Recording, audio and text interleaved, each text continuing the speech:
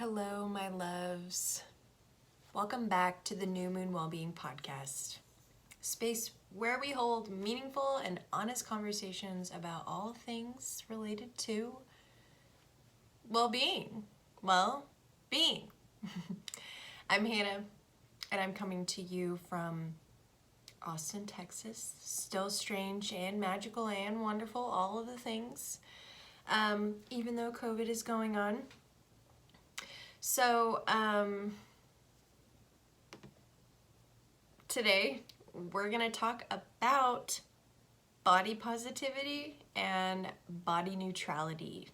So, without further ado, let's go on ahead and hop on to it.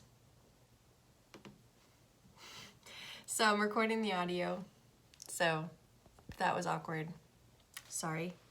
I'm sitting in my chair. You can see my stretch marks. I hope you like them. It's perfect for this episode today.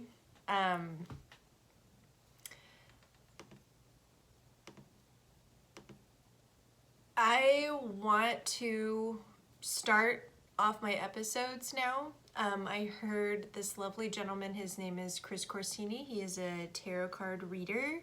He is a Reiki energy healer. He also speaks sign language, which I love. I don't know enough. All I know is my name is. That's all I've got, but I would love to learn some more. Anyway, he starts all of his rituals with somewhat sort of a similar phrase, and this is it. I am a white privileged woman. I am cis, I'm a cis woman, and I want to acknowledge that we are colonial settlers on stolen land.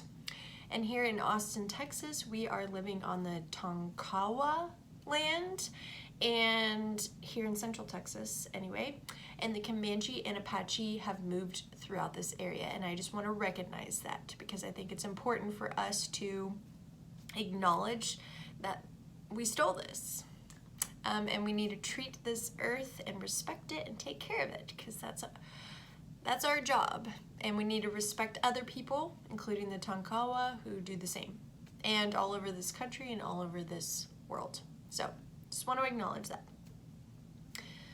First things first, I want to acknowledge this episode is about body positivity versus body neutrality. And I did an episode a while back called Body Image. And this was last year. And I just want to acknowledge the fact that we are fluid creatures. We grow, we learn new things, we change our opinions. This is the evidence of a healthy person. It is important for us to take information and change our minds, and that is exactly what I have done when it comes to our bodies and body image. And so I just want to acknowledge that before we get further into this episode. I've changed my mind.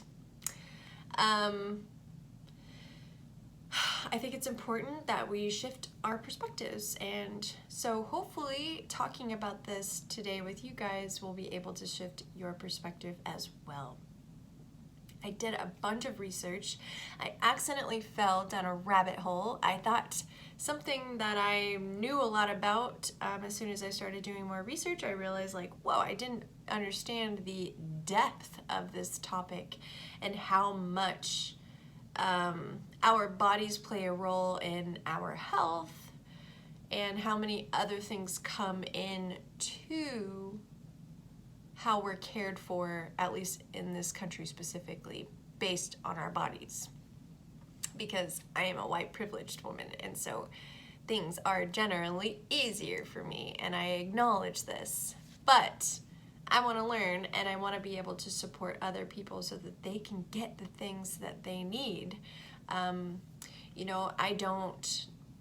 I can't sit by and watch something happen when I know that I'm the only one getting things. It's not that's what we do. We support our communities. We say, well, if you're not getting it, then I'm going to fight for you to get it too, because that's justice. So let's start from the beginning, because I feel like on the surface, body positivity seems like a really, the dogs are barking, I'm sorry. I'm going to say this every time. There's absolutely nothing I can do about the dogs barking. Lo siento. Body positivity seems good on the surface. It does. Yeah, you should be positive about your body. Totally. All bodies are beautiful. I agree with this statement. And I've actually been working really hard. That episode I did about body image was kind of just uncovering some of the social norms that I don't necessarily agree with. Like, for instance, I have body hair. Like, I don't shave under my arms.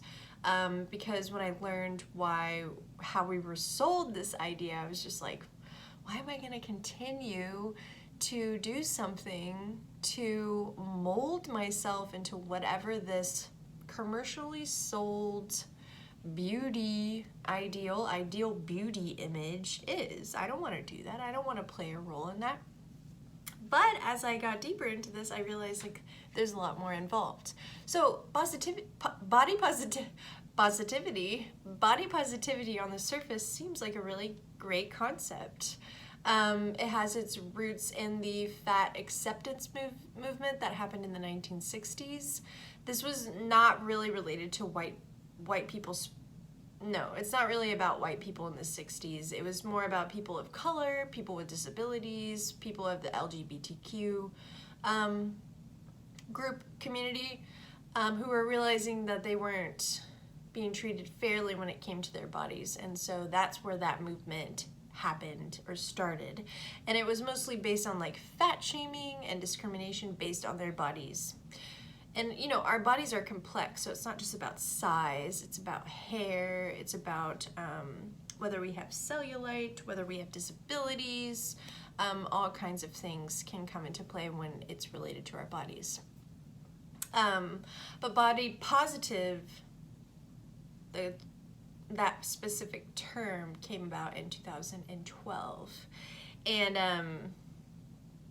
it initially focused on these unrealistic, particularly feminine beauty standards and social norms that are related to the feminine. Obviously, there are standards and norms that are related to men, but this was related to women, or whoever. If you believe you are woman or feminine, whatever you decide you are, that's what I'm getting at.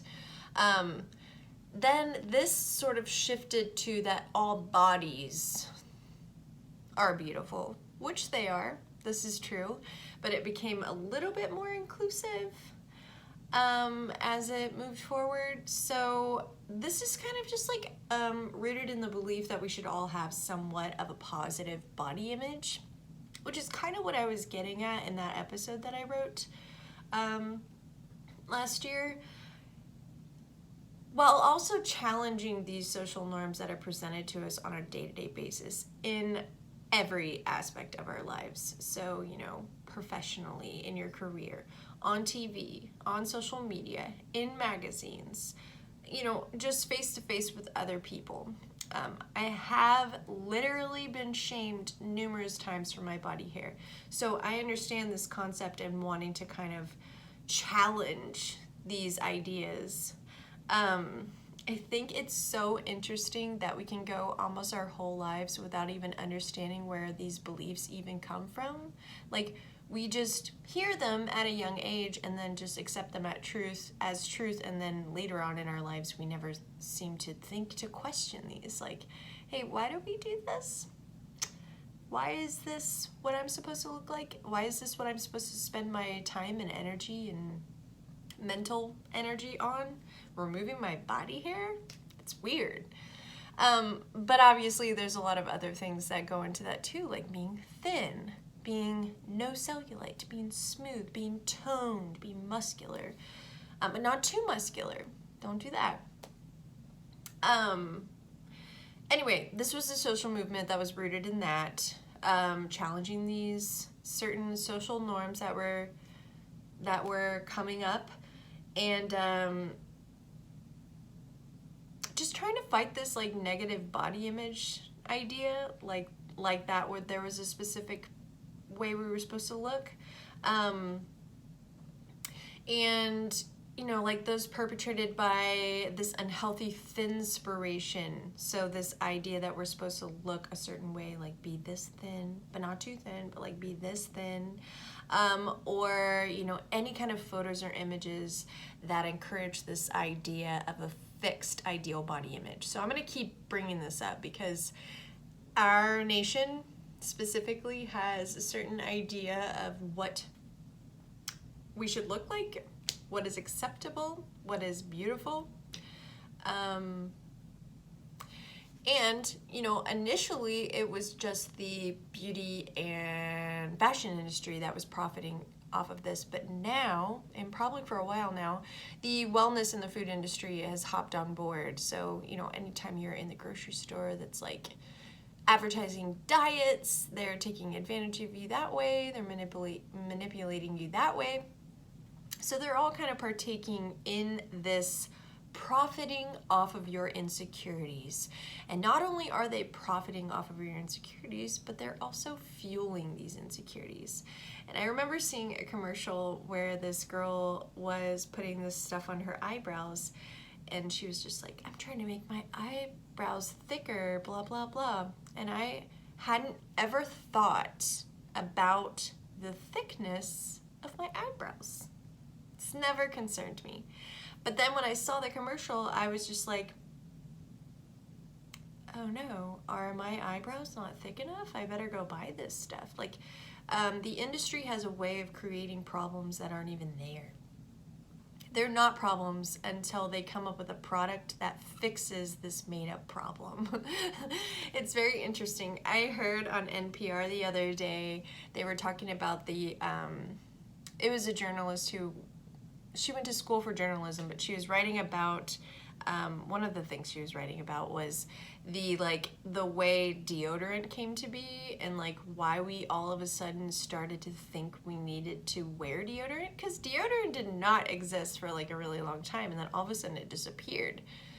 And that was one of the things that came up, was that they just were like, hey, let's just make up this problem and solve it for them so that we can sell this product to them. So like, it's totally normal to sweat, and our body should give off an odor. We're flipping animals, y'all. Like, animals give off odor. That's just what we do.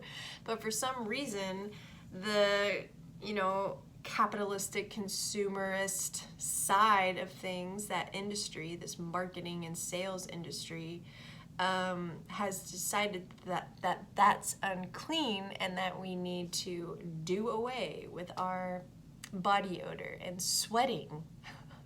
Like, we're supposed to sweat. How do you think we get rid of toxins? And cool off, by the way. Sweating is a way of our body regulating its own temperature. So I just thought that was interesting. Just this, yeah, they're really good at just making stuff up that has absolutely, it was not a problem before, but now it's a problem now. And they decided how to label it, so we had to listen. Because we are very easily swayed and manipulated, because we all have, I don't know, low insecurity? Our egos? Not even really sure.